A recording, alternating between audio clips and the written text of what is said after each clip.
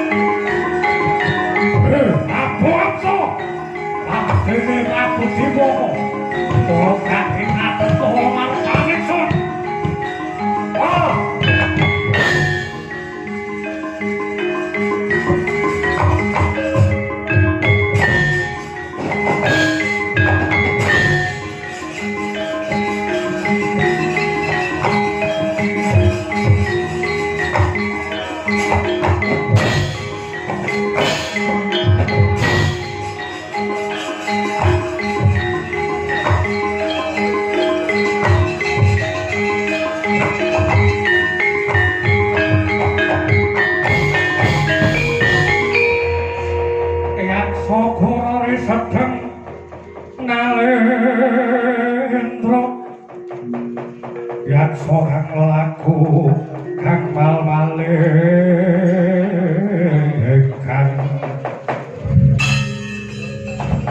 gembira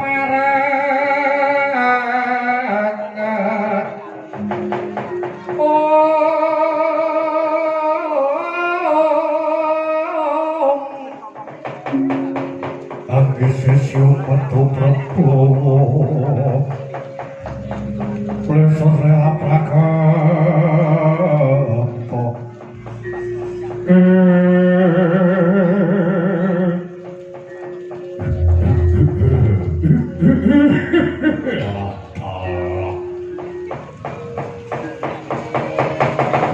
Prabu Hamso kula wonten kawuh sinuwun lan dene Dimaka inggih kula wonten kawuh.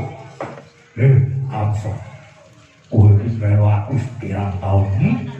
Inggih sampun selangkung taun sinuwun. Ya kene utekmu bosok ora lantik panggrahi tamu Dimaka.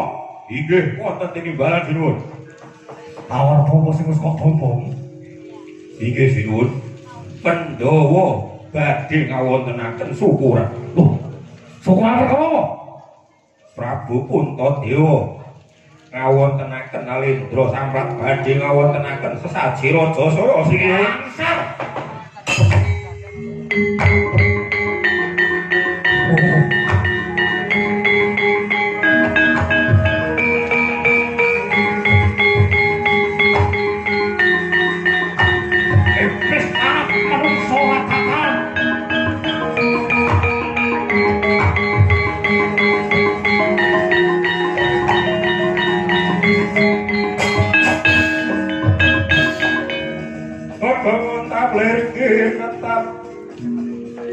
Supaya sinipi Ojo kenawi ngorangis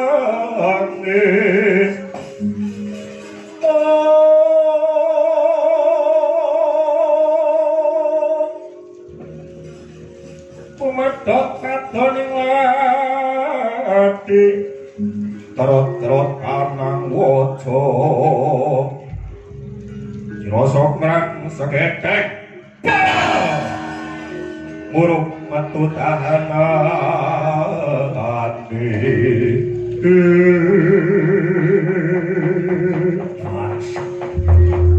Prabu Ngamarta bakal ngenani Sajrata saya. Inggih bakar kados mekaten sinuwun. Calonipun Prabu Puntadewa menika badhe mboyong anjaing bawara Nalendra adikuwasa ingkang sawetara menika dipun cepeng dening Nalendra Wirata pun Prabu Maswapati lan badhe dipun paringaken marang Prabu Puntadewa sinuwun. Wong loro gobok murung mula wangsaka kuwi dina iki aku Nunjara Ratu cacah 97 kang mongko kudune ratu kuwi mau cacah 100 dadi ora perlu yo Prabu Baladewa saka Mandura Prabu Sri Bathara Kresna saka Ndrawati lan Prabu Baladewa saka Mandura mula wangsaka kuwi enggal baliya marang tanah Jawa gagalno anggone Prabu Puntadewa bakal nganakake saji aja nganti ana sing ngebat marang Puntadewa kabeh kudu ngebat karo Prabu Jarasandha. Wah, ya telah inggih sinuwun ngestoaken dawuh. Ya terus lakon anggonmu gagalake syukuran ingkang ditekani dening Ratu Tulu mau. Bakal Ratu ning bakal bekakak bakal gawe sesembahan marang Sang Hyang Rudra.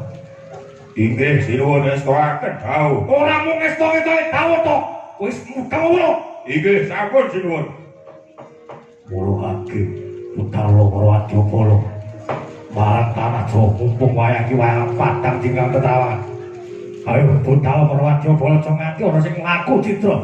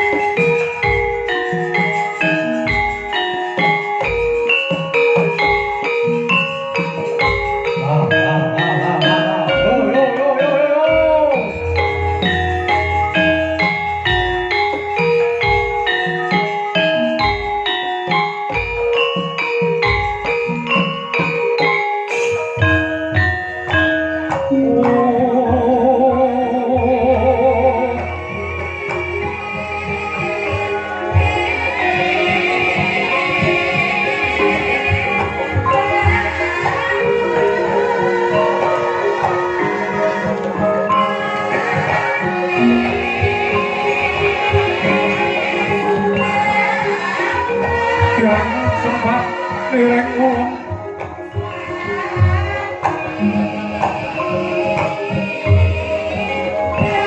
Sampur penglat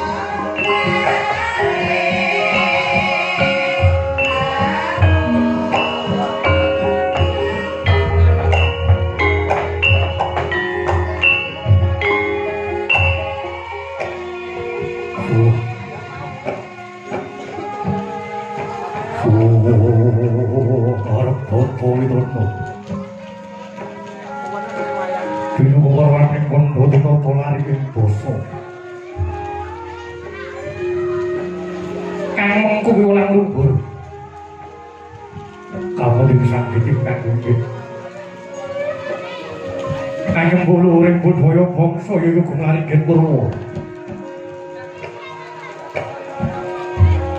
Karena dulu ditorkan minum pambuane carita. Sinebat negari agung naging. Papan kang ijo royo-royo. Lamun sinau ing asring mita. Sinten ingkang jumeneng ing mriku negeri warep Prabu Puntadewa Prabu Darmaji ya Sang Prabu Darmakusuma Putra Narendra ing Ngastina duk nalika semana nenggih Prabu Pandhudewayana nalika sebentar Sang Prabu lenggah kadhep dening para kantang nenggih kadang Pandhawa Raden Werkudara Raden Arjuna dan Raden Nakula Sadewa Kasura tadi punari dosa Dawati lan Manggala nenggih Sang Prabu Sri Bathara Kresna Anantara Yuna Tuwin Prabu Baladewa Yaka Krasana Wasjadara Lalu kemudian sami midhangetaken pangandikane Sang Prabu Puntadewa. Ndadosake tintrem madyaning negari Ngamarta. Mangkono pangkudas marane dewa ingkang dereng kawijining lisan.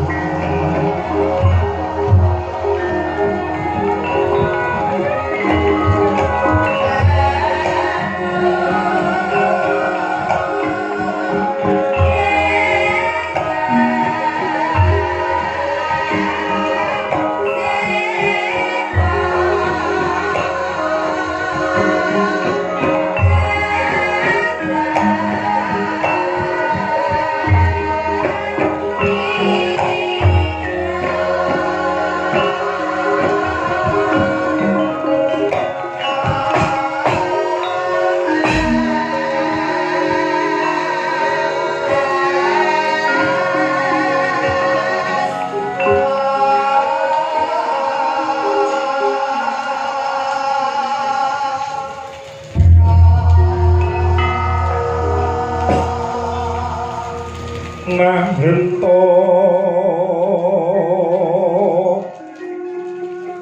Srinoto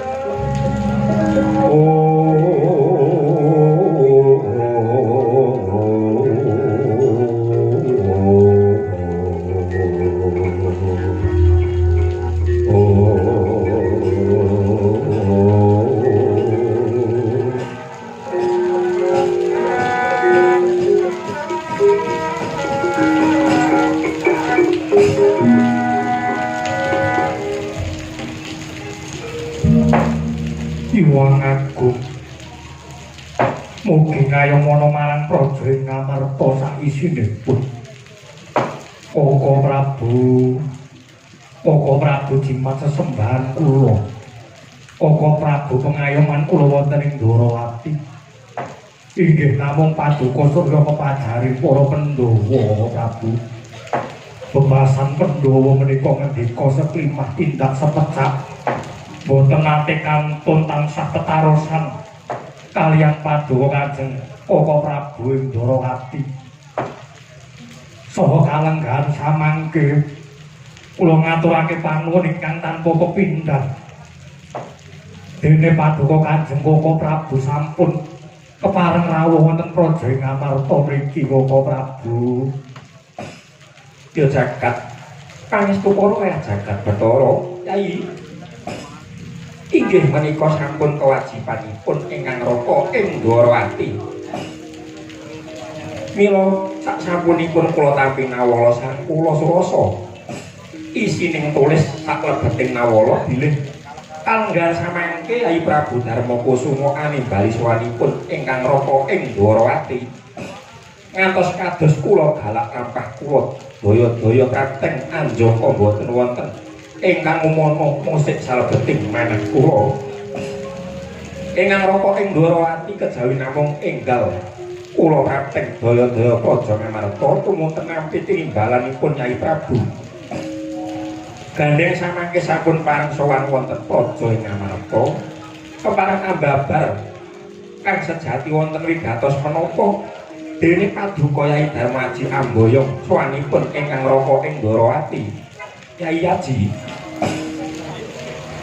Bonamit palangas pasangan liwat tabik lebih kaya doni cuma tawang utawa Yai sampun kinten kula tumut-tumut dhateng perkawis para Pandhawa.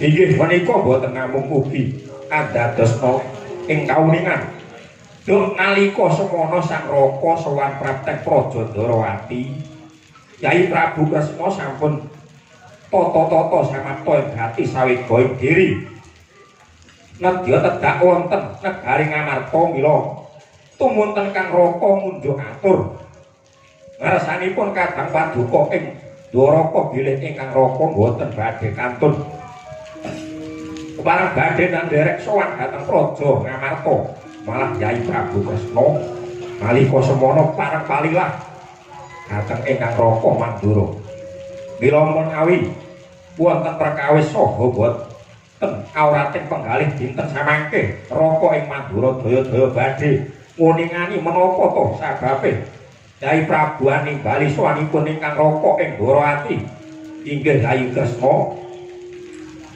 tan kantun aku ing Mandura Yai Prabu Anjaraika Gusti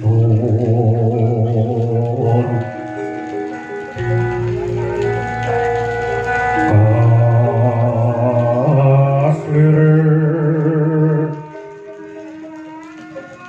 sambil rono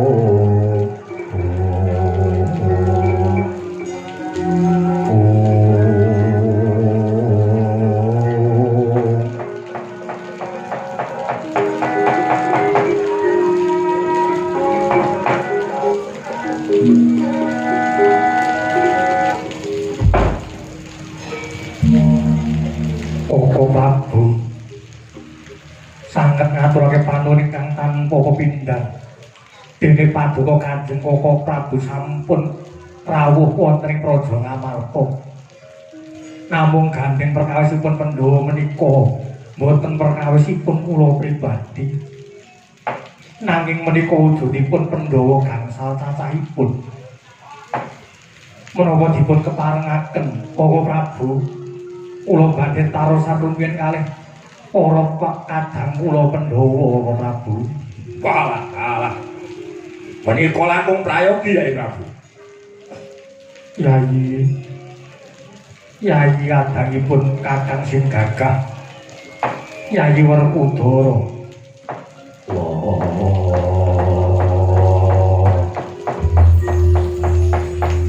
Arep kakangku. Koko Prabu Mandura derek jengaring Koko Prabu Ndrawati. Malah rikalenggan samangka wis kepareng rawuh ana ing Praja Ngamarta. Yai apa ya bakal pun kakang aturake lawan Kanjeng Koko Prabu Ndorowati babagan kegayan para Pandhawa iki Yayi. Ora sok tata walamati Wala ake wenarno malah aku tumrap kepasang yudha rejo itu dewe wala dewa teko Nagara Ngamarta ini yen mung teko Nagara Ngamarta mung pengen ngerti wae ora sak tata wedharke lain pancen arep batu bahan para Pandhawa syukur pake apa kang kapiajane para Pandhawa wedharna dina iki bareng aku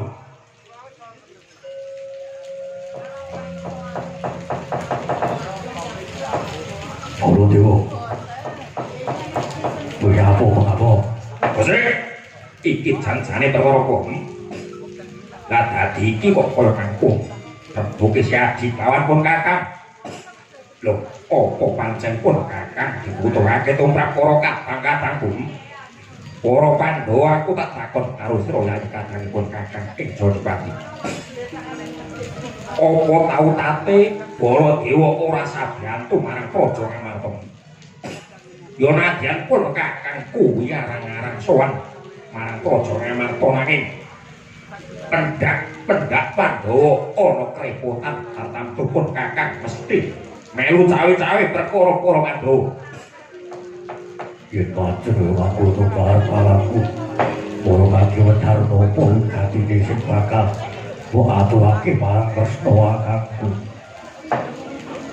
iya Yayi Werkudara lungguh kang prayoga Koko Prabu Ndorowati wonten dawuh Yayi mugi dados ing kawuningan estunipun para Pandhawa sampun sarembang karana sampun nampi kanugrahan Hyang Mahanasa wujuding negari Ngamarta ingkang sumepen saha samangke anggen kula mangreh perintah negara Ngamarta pranyata sinengkuyung dening kawula dasih sak praja ing Ngamarta ketitik negari Ngamarta menika mujudake negari ingkang adil warata tyas bagya mulya kawulanipun kebak ing katentreman ing karukunan sedaya tebih saking regejegan ingkang dipun adhap namung kamanunggali para kawula sesarengan hangangkat dhateng derajate para praja ing Ngamarta mriki Koko Prabu waladalah pun kakang derek mangayu bagya Yayi Prabu Koko Prabu kanugrahan ingkang kabungan ingkang mekaten Pandhawa badhe ngucap syukur ngersanipun Gusti ingkang Mahanasa srana Pandhawa badhe ngawontenaken saji Rajasaya inggih menika tandha syukuripun para Pandhawa dhateng para Jawata ingkang sampun paring kenikmatan tumrap para Pandhawa anggenipun mapan wonten praja ing Ngamarta mriki nanging gandeng ngrumangsani Puntadewa menika cupeting nalar cingkranging samu kawis mila sareng samangke wonten aturipun para kadang kula supados ambaya ngrawuh jengandika Kanjeng Koko Prabu Ndorowati kuwi kados namung badhe kula suwuni pepajar Koko Prabu kula pitados paduka ingkang sampun mangertos rapeting Sajrajasaya menika Koko Prabu samangke kula aturi paring pangandika dhateng para Pandhawa dene menapa to syarat-saranane Sajrajasaya menika Koko Prabu Ndorowati jagat wasisane Bathara jagat wayah ulun Yayi kula nuwun sewu ingkang sepisan menapa sampun dirembak kanthi saestu bilih sesaji Rajasaya menika badhe diwontenaken wonten Praja Ngamarta krana sesaji Rajasaya menika boten saben Narendra saged nyawontenaken kacariyos nembe sepisan Narendra ingkang saged nyawontenaken nggih menika pun Prabu Sri Mahapumbung ing Purwacarita duk nalika semanten inggih namung Prabu Sri Mahapumbung ingkang saged nyawontenaken sesaji Rajasaya krana awating syarat sarana nanging ewadene para Pandhawa ingkang sampun sarembak badhe ngawontenaken sesaji Raja Soya ingkang Raka Pandharawati namung jumurung dedherek. Kaya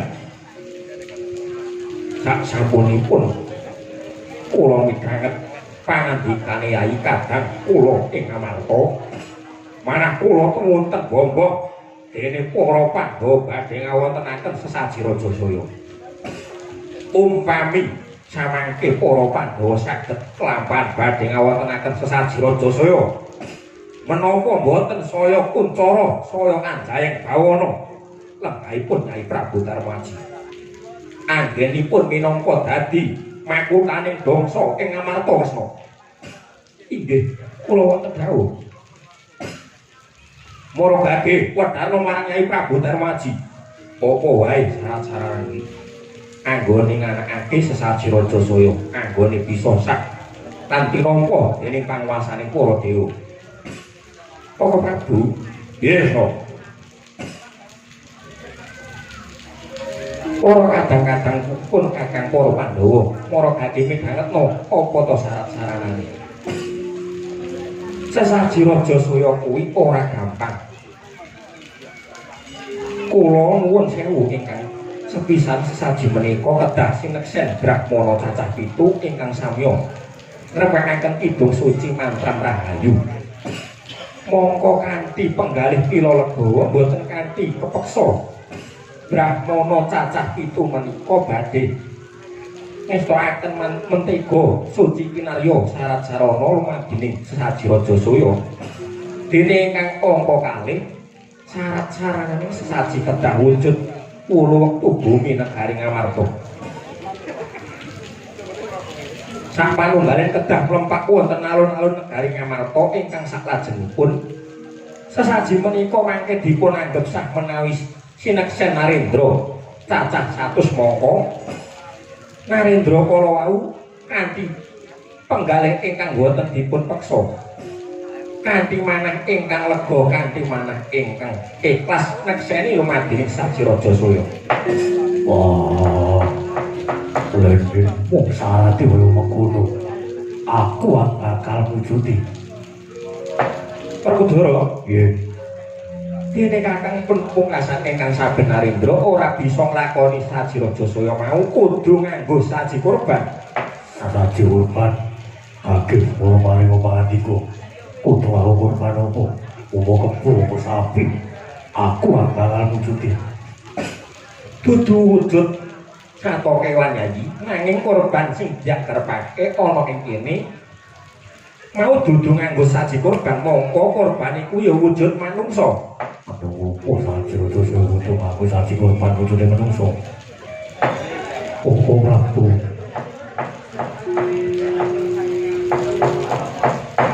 menawi tetelo kedah damel sengsarane para sapa samane gesang dinten samangke kula jabel anggenipun badhe ngaturaken saji Raja Soya boten badhe kelampahan utawa dewa nyumurupi dhateng pejahipun sami kinarya sarana kemuktening para Pandhawa. Koko Prabu kula boten badhe mentala menawi kedah mangun kabagyan nganti ancik-ancik dhateng kunarmanipun tiyang sanes.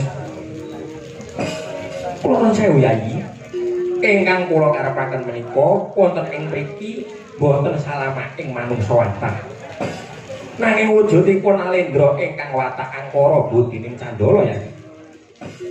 Pun pangapunten Yayi menawi ingkang dados kurban menika Nalendra lumrah kula kinten Pandhawa badhe anyandang bedosan selamining gesang utawi saklawase nanging sareng kula midhangetaken ngendikan Yai Kresna bilih ingkang kinarya kurban menika Nalendra ingkang watak angkara budining Candala.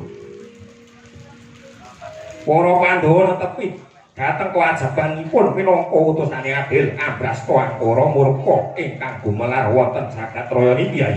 Inggih.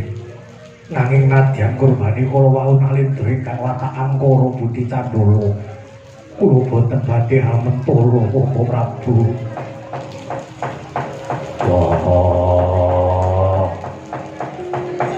Wah, aku piye Yai? cacah pitu kowe ngrembaka ana wolu wektu negara Ngamarta wala gendeng wala simpal lan sapanunggalane aku lan Janaka bakal ngetuk Ratu cacah 100 kinali deseni Sajirajasaya kanthi ati ingkang ikhlas so aku bakal golek Nalendra ingkang watak aku budine candul aku srana kurban Sajirajasaya Werkudara nggih nadyan siade ingkang tumindak nanging pun kakang uga bakal mlepetan dosan Nyai Pra aku ingkang bakal nyadang dosa umpama Werkudara dosa ingkang tinampa dening Werkudara Nyai Jal dina iki mula tak saka kowe Tresna kakangku mara kabeh tuturna kabarna pisan miturut paningali Tresna kakangku sapa ratu ingkang minangka pantes kanggo tumbale Sajirajasaya iki Werkudara yen siadi takon sapa Nalendra ingkang pantes dadi tumbal pun kakang durung bisa ngaturake merga isih sinengker dening panguwasaning dewa nanging muga-muga ora suwe maneh bakal tinarbuka dalan bisa nemokake sawijining Nalendra ingkang kudu dadi kurban ana ing Sajirajasaya iki Dimas kadangipun kakang Yodipati bumi gonjang ganjing langit kelak-kelak katon lirik kirincanging